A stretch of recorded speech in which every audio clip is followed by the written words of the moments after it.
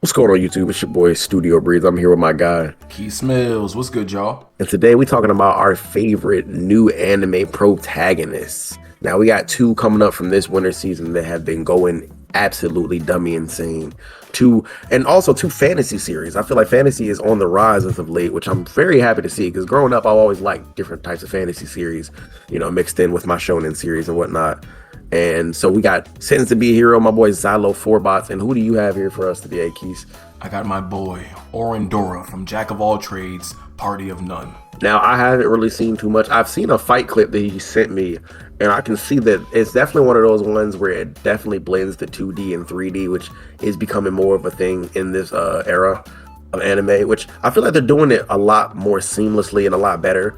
Because there's anime that do it like completely CG, and those just look really cheesy and bad at times. But when you do a nice little mix, I feel like it can work these days. Yeah, definitely, especially for like the big spectacle fights, the fight that I sent you. I'll probably mention it a little bit later, but the enemy was pretty much 3D, but Oren himself was pretty much moving in 2D. But there'll become those big moments where he's moving like dummy fast, so it changes to 3D. But like you said, so seamlessly. Like first time I probably seen something like that was in Attack on Titan. Not to drag it on too far away, but in season 3, the Levi chase scene that had some blend of CGI in it and 3D animation that blew my damn mind. So I'm definitely I prefer the 2D, but when 3D is used well, it feels seamless, and it probably won't even notice it if you ain't looking too hard. Definitely. And I feel like definitely with mine, I feel like this show definitely it blends some amazing hand drawn things, and it shows my boy Xylo in an amazing light. He's definitely a very, very cool from the design, from the way he fights with his he throwing daggers, and like they're exploding too with like the magic, I guess, that he uses. They call it luminescence, which is so his and that's his whole kind of like fighting style. He does like use swords and different things like that, but mostly he's like a throwing dagger, like thief type of, or like that type of vibe, like a rogue type of vibe. And I do like that. I do like that about him. And he has like a kind of eventually has like a partner who like can summon swords for him, and he uses the swords.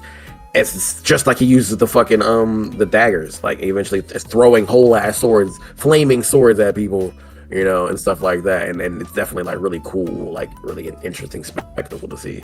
Overall, he's a real aloof type of like real cool, almost like a deuteragonist who's the main character. Like he's like a a Sasuke or a Shoto Todoroki type, which is funny because he actually has Shoto Todoroki's English dub voice actor.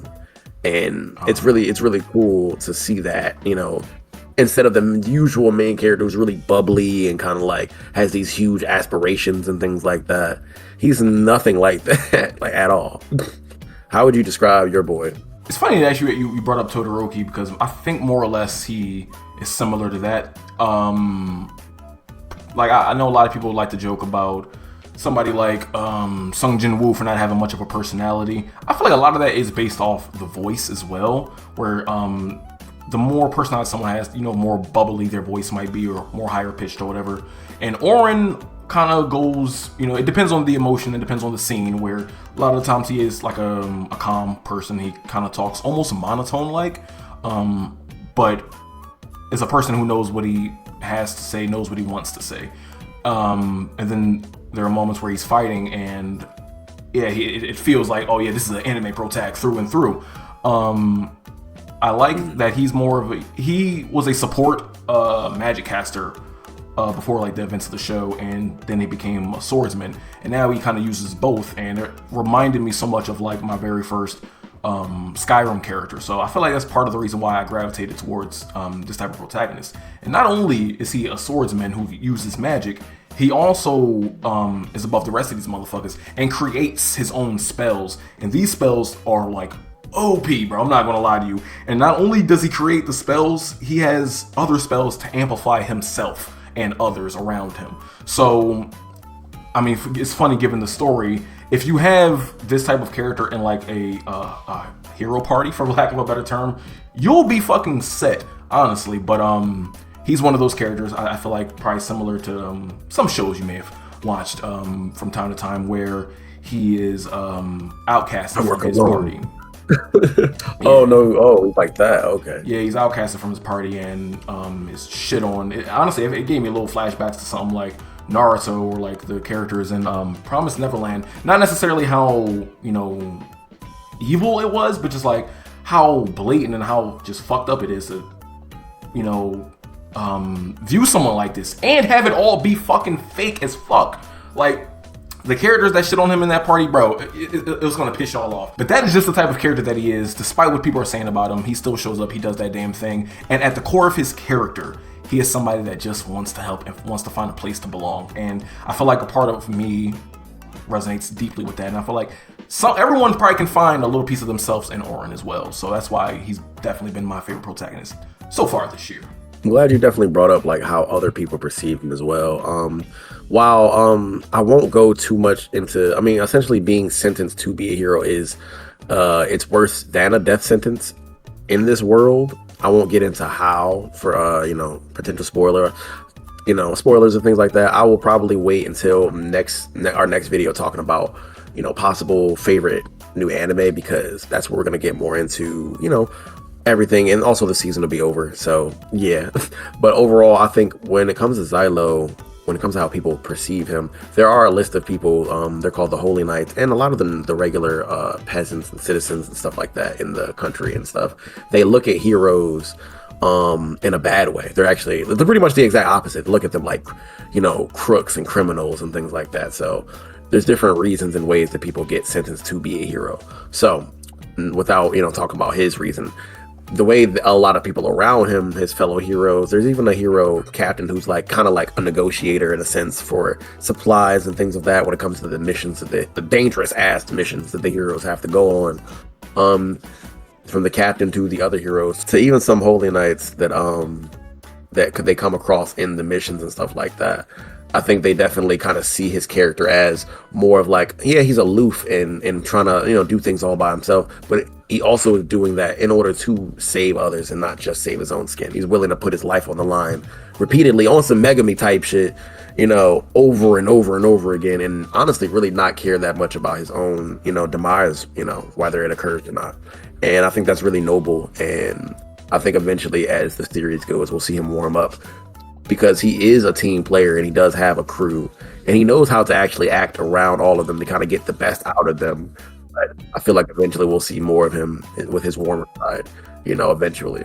One thing I do want to quickly talk about is the action and how these characters perform, because you had said something when I was talking to you about it. I think you called him like an isekai Batman, in the sense that like this man has a plan, and if that plan don't work, he has 10 others that's already in motion in order to take you down. And he fought a thing called the Black Dragon in the show that's infamous amongst everyone in the world, that he that's a very dangerous being, and it took him as well as his entire hero party the first time to destroy it. But it's like a thing where it's like dungeons and things like that, so they'll come back.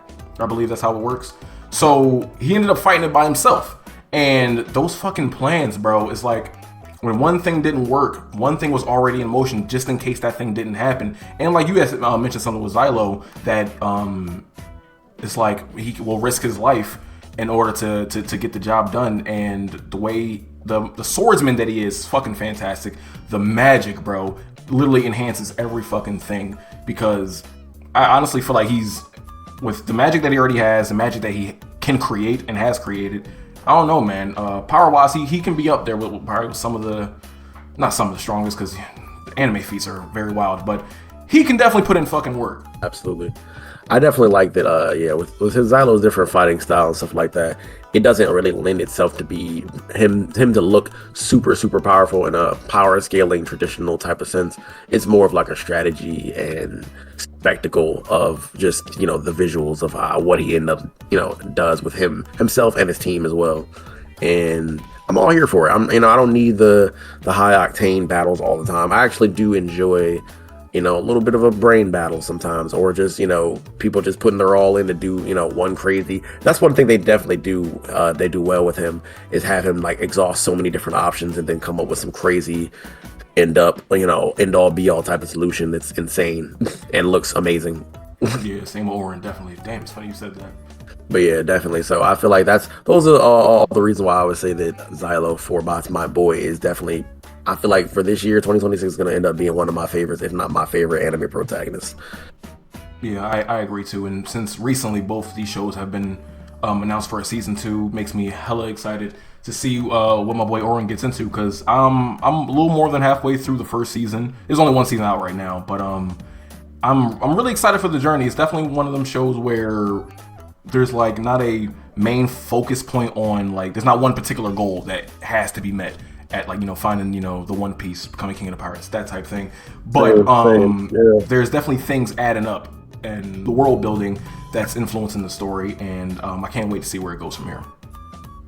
Absolutely, I can say the same thing. A lot of breadcrumbs, been sown, and I'm definitely liking the way that the show is headed, both with the character and the overall narrative. And I'm here for it. Season 2.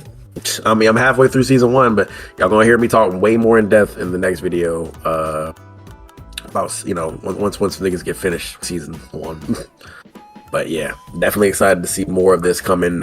We need more dope fantasy shows, man. Loving it. I'm loving this little renaissance.